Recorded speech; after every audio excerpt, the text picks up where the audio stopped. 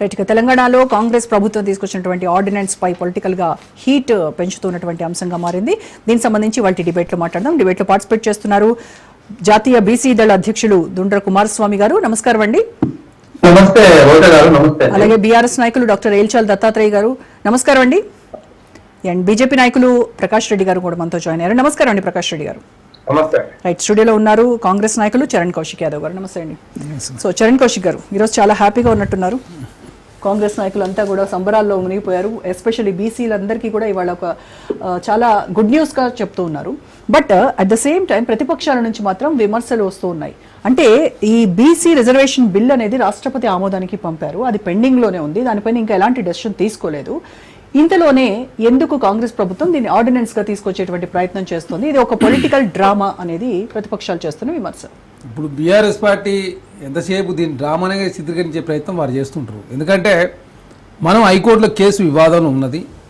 ఈ నెల చివరి వరకు రిజర్వేషన్లు ప్రకటించాలని చెప్పి చాలా స్పష్టంగా హైకోర్టుకు అండర్టేకింగ్ రాష్ట్ర ప్రభుత్వం ఇచ్చిన పరిస్థితి. రాష్ట్రపతి గారు ఇంకా నిర్ణయం తీసుకోలేదు.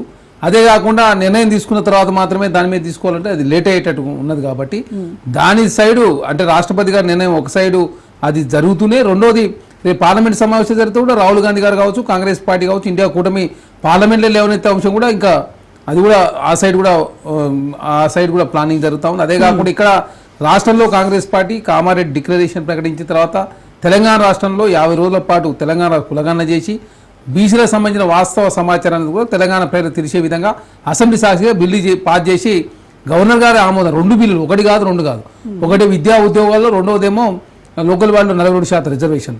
ఆనాడు బీఆర్ఎస్ ప్రభుత్వం అధికారంలో 34% ఉన్న రిజర్వేషన్ 23% జెడ్టీసీ ఎంపీటీసీ ఎలక్షన్లో కుదించారు. కాబట్టి అది సర్పంచ్ ఎలక్షన్లకు వస్తాక 18% అయింది. మున్సిపాలిటీలో 50% ఇచ్చే అవకాశం ఉన్నా కూడా ఇవ్వకుండా ఆనాడు బీసీలకు ప్రధానంగా నష్టం జరిగింది. కాబట్టి ఆ నష్టాన్ని పూడ్చే ప్రయత్నంలో భాగంగా కాంగ్రెస్ ప్రభుత్వం ముందుకు పోతా ఉంది. రాహుల్ గాంధీ గారు కాంగ్రెస్ పార్టీ ఎప్పుడైతే జాతీయ స్థాయిలో కులగణన చేసి కాంగ్రెస్ పార్టీ అధికారంలోకి వస్తే జాతీయ స్థాయిలో మీకు బీసీ రిజర్వేషన్ పెంచుతామని చెప్పేసి చాలా స్పష్టంగా జాతీయ స్థాయి మేనిఫెస్టోలు పెట్టారు. తర్వాత ఢిల్లీలో జంతర్ మంతర్ దగ్గర కాంగ్రెస్ పార్టీ కాంగ్రెస్ ప్రభుత్వం బీసీ సంఘాలు చేసిన ధర్నాకు వెళ్ళి అక్కడ జాతీయ స్థాయిలో ఉన్నటువంటి భారతీయ జనతా పార్టీ కావచ్చు, బీసీ ప్రధానమంత్రి బీసీల పేరు మీద రాజకీయం చేసలేదు తప్ప జనగణనలో కులగణన ఎందుకు పెట్టరని చెప్పి ప్రశ్నించిన తర్వాత ఇప్పుడు ఈశాన్య రాష్ట్రాల్లో జనగణనలో కులగణన పెడతామని చెప్పి కేంద్ర ప్రభుత్వం నోటిఫికేషన్ జారీ చేసింది. ఇప్పుడు అక్కడ ప్రక్రియ ప్రారంభమైన సందర్భం మనం చూసినాం. కాబట్టి తెలంగాణ రాష్ట్రంలో కాంగ్రెస్ ప్రభుత్వం ఇక్కడ కులగణన చేసిన తర్వాత కేంద్రం మీద ఒత్తిడి పెంచిన మాట వాస్తవం.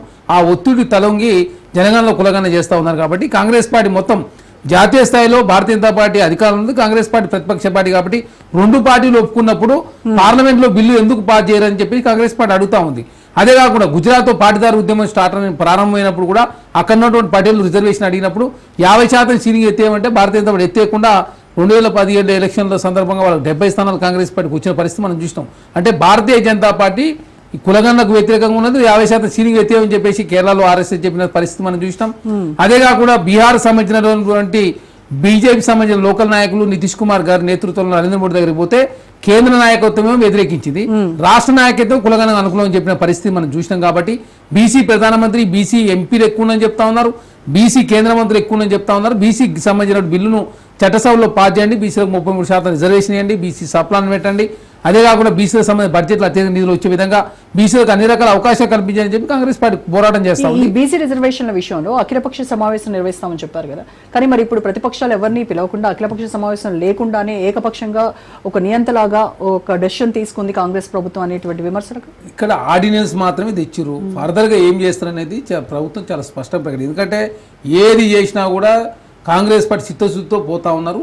నిపుణుల సలహా సూచనల మేరకు మాత్రం నడుచుకుంటా ఉన్నారు. ఎందుకంటే ప్రతిపక్షాల అభిప్రాయం కానీ వాళ్ళ ఇది ఈ నెలను 25వ తారీఖున ప్రత్యేక అసెంబ్లీ సమావేశం ఏర్పాటు చేయాలని చెప్పి ప్రభుత్వం భావిస్తూ ఉంది.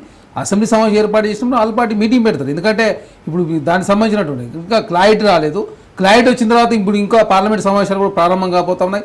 రాష్ట్రపతి గారు ఈ 90 days అయితే సుప్రీంకోర్టు యాజ్ పర్ డైరెక్షన్ ప్రకారం వారు కూడా నిర్ణయం తీసుకోవాలి, రిజెక్ట్ చేస్తారా యాక్సెప్ట్ చేస్తారా అనేది. తర్వాత 2 అంచెల వ్యవస్థలతో ముందుకు పోతాం. అటు కేంద్రం మీద ఒత్తిడి పెంచే ప్రయత్నం, రాష్ట్రపరంగా హైకోర్టులో కోర్టు వివాదాలు కావచ్చు, రాష్ట్రపరంగా ఇచ్చే ప్రతి అంశాన్ని పరిశీలించే ప్రయత్నంలో ప్రభుత్వం ముందుకు పోతా ఉంది. గవర్నమెంట్ జీవో ద్వారా ఆర్డినెన్స్ ద్వారా రిజర్వేషన్ ఇవ్వాలని ప్రభుత్వం భావిస్తూ ఉంది. తర్వాత ఫర్దర్గా వచ్చే కాంప్లికేషన్ ఇవన్నీ బట్టి ఖచ్చితంగా ఆ అన్ని పార్టీల సలహా సూచన మేరకు కూడా నడుచుకోవడానికి సిద్ధంగా ఉన్నాం. ఇక్కడ చిత్తశుద్ధితో ముందుకు పోతా ఉంటే దాన్ని సహకరించేది పోయి అదేవిధంగా బీఆర్ఎస్ పార్టీ ఇంత చెప్తా ఉంది. మరి బీఆర్ఎస్ పార్టీ సంబంధించినటువంటి కేంద్రంలో కేంద్ర మంత్రి కలిస్తే ఎవరు వద్దన్నారా? మీ ప్రయత్నం అని చేసిన మీ ఎంపీలు ఉన్నారు, మీకు రాజ్యసభలో పక్ష నేత ఉన్నాడు సురేష్ రెడ్డి గారు, మీకు ఎంపీలు ఉన్నారు, భారతీయ జనతా పార్టీ తెలంగాణ నుంచి 8 మంది ఎంపీలు ఉన్నారు. మీరు నరేంద్ర మోడీ దగ్గరికి తెలంగాణ ముఖ్యమంత్రి పోయినప్పుడు మాట్లాడి ఉంటాడు. ఎందుకు అంటే ప్రతి విషయాన్ని బయట చెప్తే చెప్పినట్ట కలిసినప్పుడు మాట్లాడతలేదా? చాలా విషయాల మీద మాట్లాడుతూ ఉన్నారు.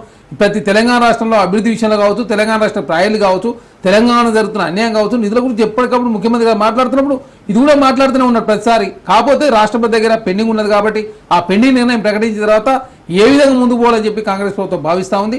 అదే కాకుండా రాహుల్ గాంధీ గారు కూడా పార్లమెంట్ సమావేశాల్లో దీని నుంచి మాట్లాడబోతా ఉన్నాడు. ఇండియా కూటమిలో ఉన్న పార్టీలు కూడా స్పందించబోతా ఉన్నాయి. కాబట్టి ఖచ్చితంగా బీసీలకు ఇచ్చిన మాట నిలుపుకునే ప్రయత్నంలో కాంగ్రెస్ పార్టీ ముందుకు పోతా ఉంది.